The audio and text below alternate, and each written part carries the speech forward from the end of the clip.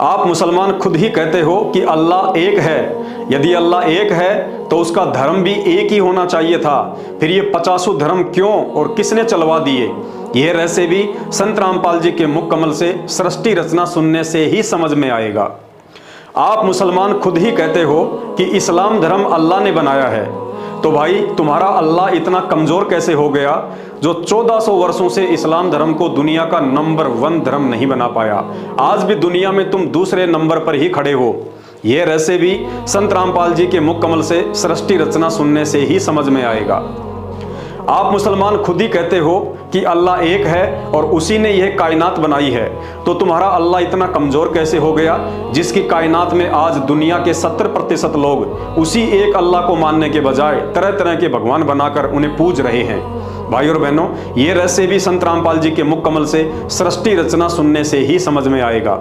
आप मुसलमान खुद ही कहते हो कि अल्लाह कादर है, तो भाई फिर उस कादर अल्लाह ने पूरी दुनिया के इंसानों की एक ही भाषा क्यों नहीं बनाई? अपने ही बंदों को तुम्हारे अल्लाह ने क्यों अलग अलग देश बनाकर टुकड़ों में बांट दिया, जिन टुकड़ों के लिए आए दिन दुनिया में युद्ध होते रहते हैं? भाई और बहनों, यह गुप्त रहस्य भी संत रामपाल जी भगवान के मुख कमल से सृष्टि रचना सुनने से ही समझ में आएगा। तुम्हारा अल्लाह एक है, तो क्यों उस अल्लाह ने किसी को काला तो किसी को गोरा, किसी को अमीर तो किसी को गरीब बनाकर दुनिया को 2 हिस्सों में बांट दिया? क्या अल्लाह भी इंसानों की तरह भेदभाव करता है? भाई और बहनों, ये रहस्य भी संत रामपाल जी भगवान के मुख कमल से सृष्टि रचना सुनने से ही समझ में आएगा।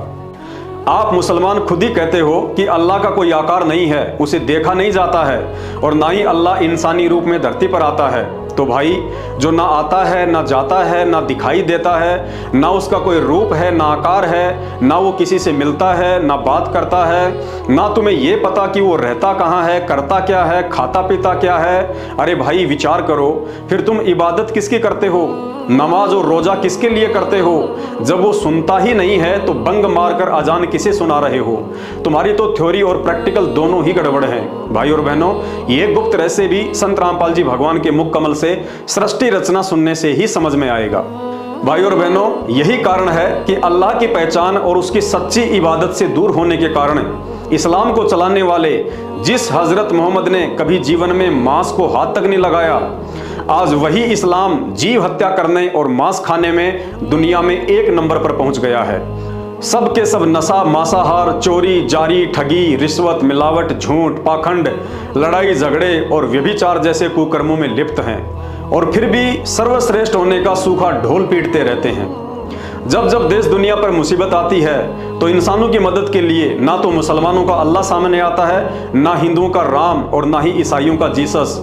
2020 कोरोना के समय ना किसी का खुदा मदद को आया, ना किसी का भगवान, क्योंकि अल्लाह से मदद प्राप्त करने का वर्तमान में एकमात्र सच्चा तरीका स्वयं धरती पर प्रकट उस अल्लाह संत रामपाल जी के पास ही है। और निसंदेह हम उस अल्लाह कबीर संत रामपाल जी के फॉलोवर उनकी रजा का भरपूर फायदा भी उठा रहे हैं।